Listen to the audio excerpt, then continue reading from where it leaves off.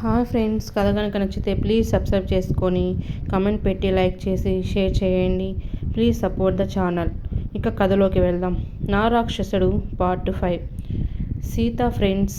మంజుల అందంగా రెడీ అయిన సీతని చూసి, చాలా బాగున్నావు తల్లి, నీకు ఎవరి దిష్టి తగలకూడదు అని చేతులతో దిష్టి తీస్తుంది మంజుల. అవునే సీత, ఇంత అందంగా ఎలా పుట్టావే? నేనే కనుక మగాడిని అయ్యుంటే నిన్ను వెంటాడి మరీ పెళ్లి చేసుకుని ఉండేదాన్ని అంది ఆలు సీత మెడ చుట్టూ చేతులు వేస్తూ. ఆ మాటకి మంజుల, భార్గవి నవ్వుకుంటారు.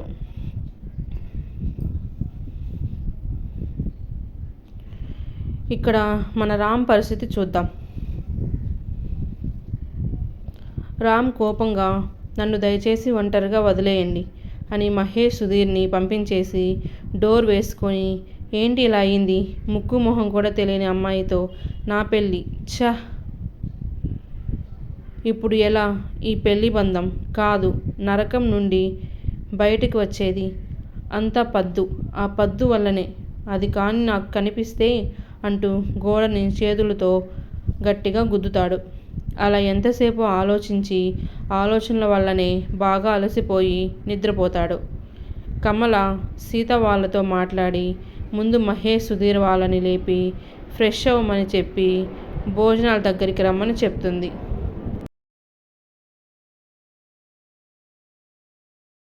తర్వాత రామ్ దగ్గరికి వెళ్ళి డోర్ కొడుతుంది. రామ్ లేచి డోర్ ఓపెన్ చేస్తాడు. ఏంటి మామ్ అంటాడు నిద్ర మత్తులోనే. అందరూ భోజనాలకు వస్తున్నారు, నువ్వు కూడా ఫ్రెష్ అయ్యిరా, ఉదయం నుంచి ఏమీ తినలేదు, మధ్యాహ్నం 2 ఇప్పుడు అంటుంది కమల. నాకేమీ వద్దు మామ్, టయర్డ్గా ఉంది, నేను పడుకుంటాను, ప్లీజ్ డోంట్ డిస్టర్బ్ మీ అన్నాడు రామ్. ప్లీజ్ రామ్, చెప్పేది విను, సాయంత్రం 6 గంటల నుండి రిసెప్షన్ మొదలవుతుంది. మామ్ ఇలా రా అని లోపలికి పిలిచి డోర్ వేసి, ఇప్పుడు రిసెప్షన్ లాంటివి ఏమీ వద్దు, పెళ్ళి అన్నావు, చేసుకున్నాను అంతే. ఇప్పుడు మాకు పెళ్ళి అయ్యింది అని అందరికీ డప్పు కొట్టి చెప్పనవసరం లేదు, ఓకే? ఏంటి ఓకే? అన్ని అరేంజ్మెంట్స్ అయిపోయాయి, ముందు నేను చెప్పింది చెయ్యి. ఆల్మోస్ట్ అందరూ రిలేటివ్స్కి, ఫ్రెండ్స్కి, మన ఆఫీస్ స్టాఫ్కి అందరికీ తెలుసు, అందరూ వస్తారు కూడా. ఇప్పుడు నీకు పెళ్ళి అయిందని అందరికీ తెలియాలి కూడా, ఓకే అని చెప్పింది కమల. రామ్కి తెలుసు కమల ఎవరిని ఉద్దేశించి చెప్తుంది అని. Ma'am please. నో రామ్, నేను చెప్పింది నువ్వు చేయాలి. ఈ విషయంలో నేను వెనకడుగు వేయను అని అది నీకు తెలుసు. ఇంకా రామ్కి ఏం చెప్పాలో తెలియడం లేదు. ఎవరు అయితే నీ జీవితాన్ని నాశనం, వాళ్ళ స్వార్థం కోసం బలి చేయాలి అనుకున్నారో వాళ్ళు అంతా ఇప్పుడు ఈ విషయం తెలిసి గుండెలు పగలాలి, అర్థమవుతుందా? కమల ఆవేశం, ఆరాటం, కోపం ఎందుకు అని రామ్కి బాగా తెలుసు. అందుకే ఇంక ఏమీ మాట్లాడకుండా సైలెంట్గా ఉన్నాడు. రెడీ అయ్యిరా అంటూ వెళ్ళిపోతుంది కమల కోపంగా. మామ్ కోపం మంచిది కాదు అని మనసులో అనుకుంటూ, ప్రస్తుతానికి మామ్ ఏం చెప్తే అది చేసేది మంచిది అని అనుకుంటూ రెడీ అవ్వడానికి వెళ్తాడు రామ్. ఇటు సుధీర్, మహేష్ వాళ్ళు ఫ్రెష్ అయ్యి డైనింగ్ హాల్ దగ్గర ఏర్పాట్లు చూస్తూ ఉంటారు. కమల, బలరాజు ఇంకా కొంతమంది బంధువులు ఉంటారు. మంజుల కూడా వాళ్ళతో వచ్చి చేరుకుంటుంది. రామ్ రెడీ అయి సింపుల్గా వైట్ షర్ట్, జీన్స్ ప్యాంట్ వేసుకొని చూడ్డానికి చాలా హ్యాండ్సమ్గా కనిపిస్తాడు. వచ్చి మహేష్ వాళ్ళతో మాట్లాడుతూ ఉంటాడు. సీత కూడా సింపుల్గా చుడిదార్లో వస్తూ ఉంటుంది. అందరూ సీతని చూస్తారు. సింపుల్గా చాలా అందంగా ఉంది, అచ్చు సీతా మహాలక్ష్మిలాగా ఉంది అని అనుకుంటారు. మంజుల ఆ మాటలు విని చాలా సంతోషపడుతుంది. మహేష్ కూడా సీతని చూస్తాడు. అలాగే రామ్ని అటు చూడు అని సైగ చేస్తాడు. ఏంటి అని అటు చూస్తే సీత. అసలు ఇంత అందమా అని అనుకోకుండా ఉండలేకపోయాడు రామ్. అలా చూస్తూ ఉండిపోయాడు. సీత కొంచెం బిడియంగా భయంగా వస్తూ ఉంటుంది. అలా అందరూ తనని గుచ్చి గుచ్చి చూడటం ఒకలాగా ఉంటుంది సీతకి. ఇది కొన్ని రోజులే సీత, అది కూడా రిసెప్షన్ వరకే, మళ్ళీ నార్మల్ అంతా ఓకేనా, మామూలుగా ఉండు అని సలహా ఇస్తుంటుంది భార్గవి. అందరూ సీతను చూస్తుంటే సుధీర్ మాత్రం పక్కన వస్తున్న అలక్యను చూస్తూ పళ్ళు కనిపించేలా నవ్వుతూ ఉంటాడు. అప్పుడే అలక్య కూడా అనుకోకుండా సుధీర్ని చూస్తుంది. నోరు మూసుకో అని సైగ చేస్తుంది కోపంగా. సుధీర్ టక్కున నోరు మూసుకొని అటు ఇటు చూసుకుంటాడు. సీతని కమల డైనింగ్ టేబుల్ దగ్గరికి వెళ్ళి కూర్చోపెట్టి అలాగే రామ్ని కూడా పిలుస్తుంది. రామ్ వస్తుంటే సీత కొంచెం భయపడుతూ ఉంటుంది. ఎందుకంటే ఉదయం కోపంగా గ్లాస్ పడేసినట్లు ఇప్పుడు ఇక్కడ ఏమైనా గొడవ చేస్తే అమ్మకి ఏమని చెప్పాలి అని భయపడుతూ ఆలోచిస్తూ ఉంటుంది.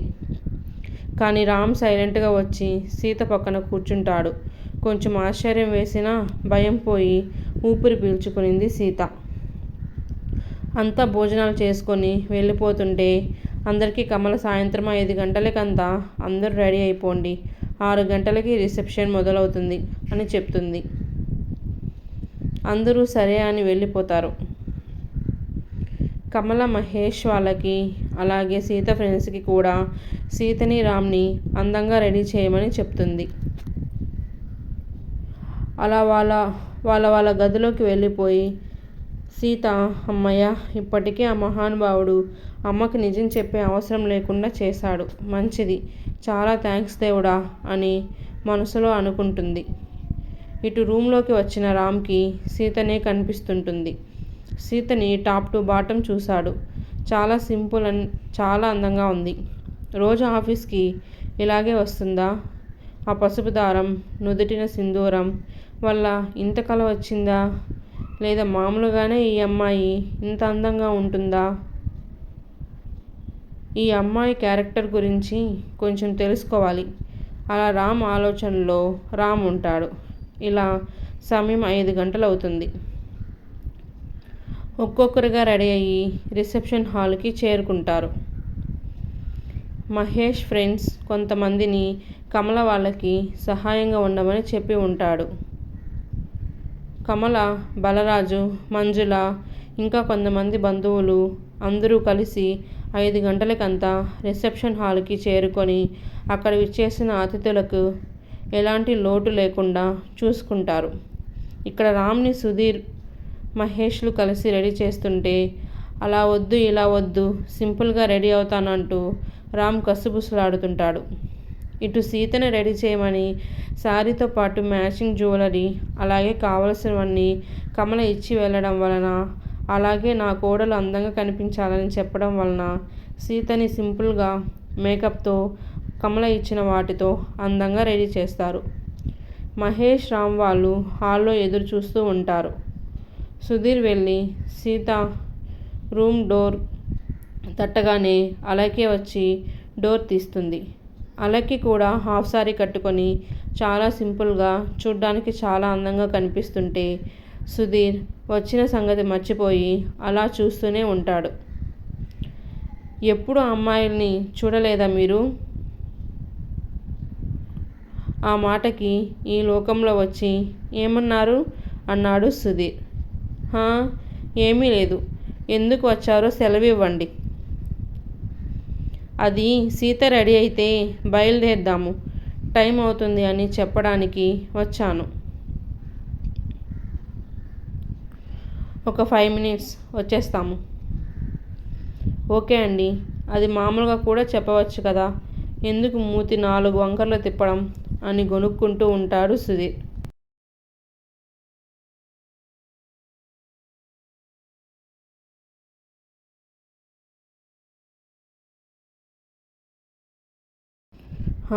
ఏంటి అంటూ అరిచింది అలేఖ్య.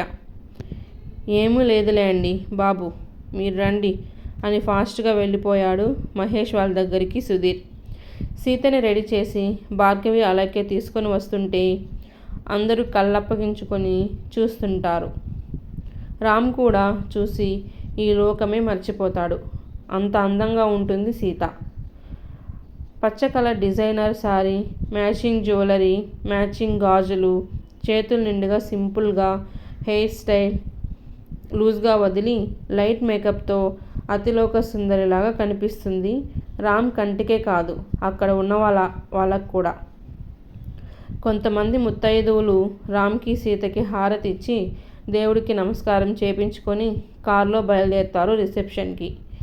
కారులో వెళ్తున్నంతసేపు సీతని చూస్తూనే ఉంటాడు రామ్. అలా రిసెప్షన్ హాల్కి చేరుకుంటారు. అక్కడ దిష్టి తీసి లోపలికి బాజా భజంత్రీలతో లోపలికి తీసుకొని వెళ్తుంటే అక్కడ అందరి చూపు వీళ్ళని గుచ్చి గుచ్చి చూస్తున్నాయి. కమల, బలరాజు, మంజుల వాళ్ళకి ఇద్దరిని అలా చూస్తుంటే చాలా సంతోషంగా ఉంటుంది. దీనికోసమే కదా నేను ఇన్ని రోజులు ఎదురు చూసింది. ఈ క్షణం, ఈ ఆనందం నాకు ఈ జన్మకి వస్తుందా అని అనుకుంటూ బ్రతికి ఉన్నాను. నా కలని నిజం చేస్తూ మహాలక్ష్మిలాగా వచ్చింది సీత అని మనసులో అనుకుంటూ ఆనంద బాష్పాలు పెట్టుకుంటుంది కమల. మంజు అయితే తన కూతురికి ఇంత అదృష్టంకి మురిసిపోతూ ఉంటుంది. అలా రిసెప్షన్ మొదలవుతుంది.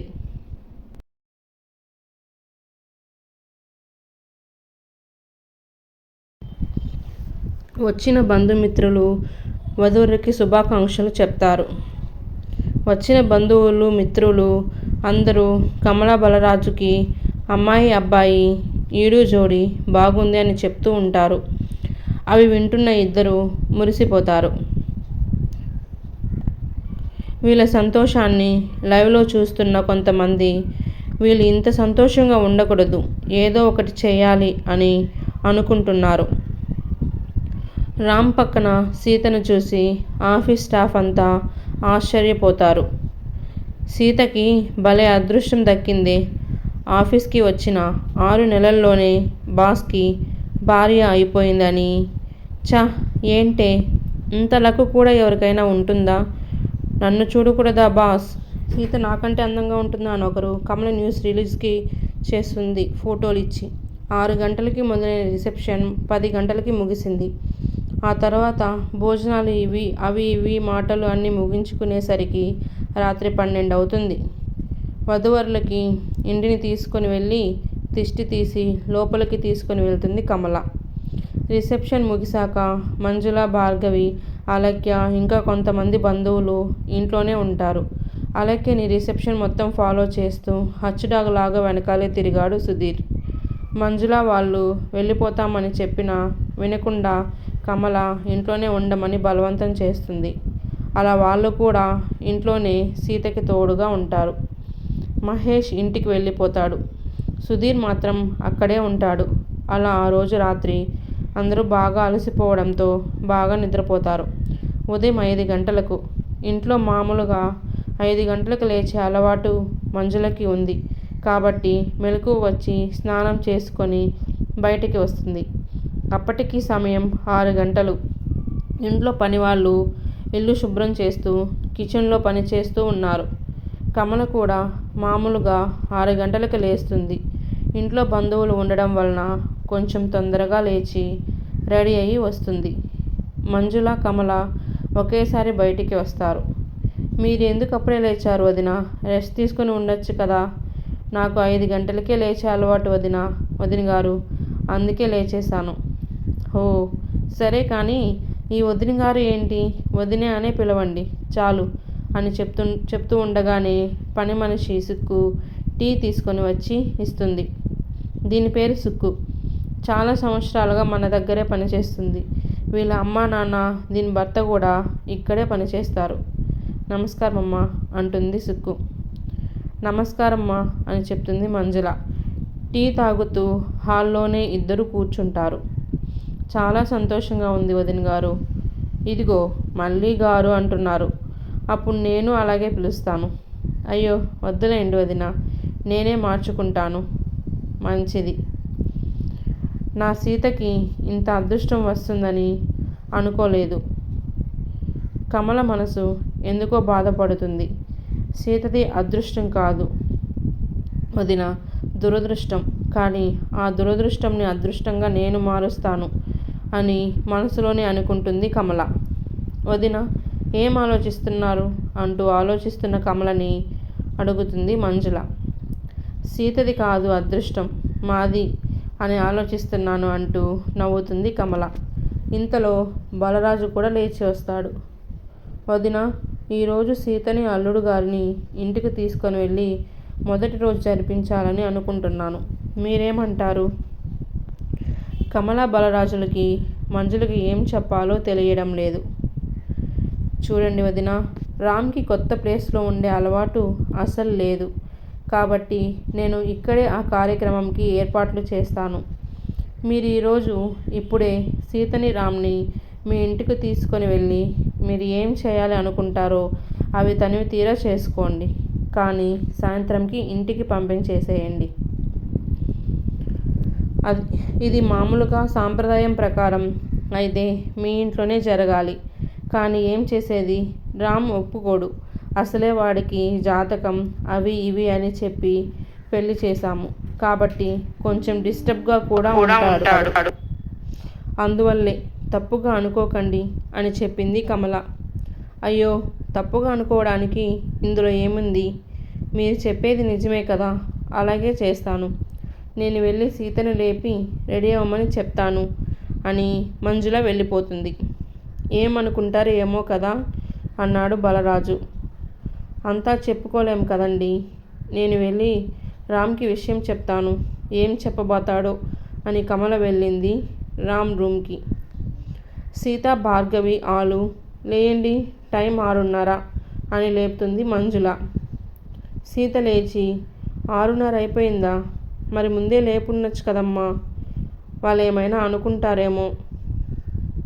హలో, అంత వద్దులే అంటూ చెప్పింది అలేఖ్య.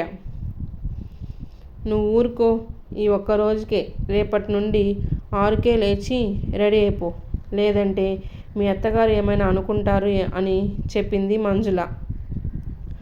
సరే అమ్మా. అదేంటి, మన ఇంటికి తీసుకొని వెళ్ళమా అని అడిగింది భార్గవి. భార్గవికి పెళ్ళి అయింది కదా, సో మిగిలిన సాంప్రదాయాల గురించి అవగాహన ఉంటుంది. మీరంతా రెడీ అయితే వెళ్దాము. కానీ సీత సాయంత్రంకి మళ్ళీ ఇక్కడికి వచ్చేస్తుంది. అదేంటి అని అడుగుతుంది భార్గవి. నీకు అన్ని వివరాలు మళ్ళీ చెప్తానులే, ముందు లేచి ఒక్కొక్కరుగా రెడీ అవ్వండి. నేను ముందు అంటూ అలాగే వెళ్ళబోతుంటే, ఆగు, ముందు సీత, తను రెడీ అవ్వాలిగా. ఓకేలే, వెళ్ళి తొందరగా రావే, అంతవరకు నేను పడుకుంటాను అని మళ్ళీ పడుకుంటుంది అలేఖ్య.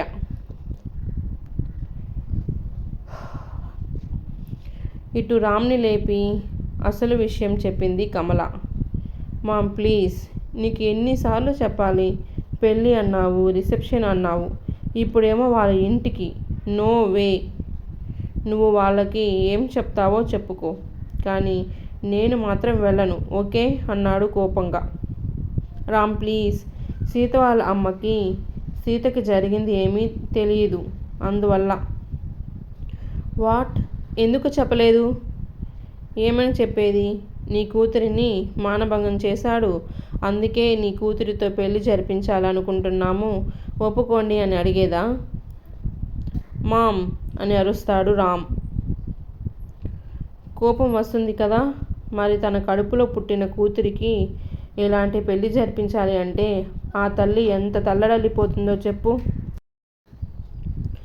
అందుకే అబద్ధం చెప్పాము, జాతకాలు అవి ఇవి అని నీకు అలాగే చెప్పి జరిపించామని చెప్పాము. నువ్వు ఏదంటే అది మాట్లాడి పరువు తీయొద్దు. ఇప్పటి వరకు తీసింది చాలు అని కోపంగా బాధగా చెప్తుంది కన్నీళ్లతో కమల. మామ్ ప్లీజ్, ఇప్పుడు ఎందుకు ఏడుస్తున్నావు? నువ్వు చెప్పినట్లు చేస్తాను, ఓకేనా? కానీ ఈ ఒక్కరోజే. సరే, ఈ ఒక్కరోజే, వెళ్ళి వచ్చేయి అంటూ కన్నీళ్లు తుడుచుకుంటూ తిరిగి వెళ్తూ నవ్వుకుంటుంది కమల. ఎందుకంటే కమల ఇది రామ్ ఏమైనా చెప్పిన మాట వినకపోతే కమల చేసే యాక్టింగ్. రామ్కి కమల అంటే చాలా ఇష్టం. అందుకే అమ్మ ఏడుపుకి కరిగిపోతాడు. సో రామ్ కూడా సీత వాళ్ళ ఇంటికి వెళ్ళడానికి రెడీ అవుతాడు. కమల వెళ్ళి సుధీర్ని లేపి రామ్కి తోడుగా వెళ్ళమని చెప్తుంది. సుధీర్ గంతులు వేసుకుంటూ రెడీ అవుతాడు. అలా అందరూ రెడీ అయ్యి 8 గంటలకి టిఫిన్ తినడానికి డైనింగ్ టేబుల్ దగ్గరికి వస్తారు. రామ్ సింపుల్గా రెడీ అయ్యి చూడ్డానికి చాలా బాగుంటాడు. రామ్ సుధీర్ మాట్లాడుకుంటూ ఉంటారు. అప్పుడే సీత సింపుల్గా ఒక రెడ్ కలర్ చీరలో, మెడలో పసుపు దారం, చిన్న చైన్, చేతికి గాజులు, జడ ముచ్చటగా వేసుకొని, తలలో మల్లెపువ్వులు పెట్టుకొని, నుదిటిన సింధూరంతో చాలా ఆకర్షణగా కనిపిస్తుంది. అందరూ సీతని చూసి మైమరిచిపోతారు. రామ్ కూడా అలా చూస్తూ ఉంటాడు సీతని. రామ్ పక్కన కూర్చోపెడుతుంది మంజుల. రామ్కి తెలియకుండానే సీతని ఒక అద్భుతంగా చూస్తుంటాడు. సుధీర్ రామ్కి రైట్ సైడ్ కూర్చొని ఉంటాడు. రామ్ చేయి పట్టుకొని చాలు చాలు అందరూ నిన్నే చూస్తున్నారు అంటాడు. ఆ మాటకి ఈ లోకంలోకి వస్తాడు రామ్. అందరినీ చూస్తాడు. అందరూ ముసిముసి నవ్వులు నవ్వుకుంటూ ఉంటారు. రామ్ కోపంగా సుధీర్ని చూస్తాడు.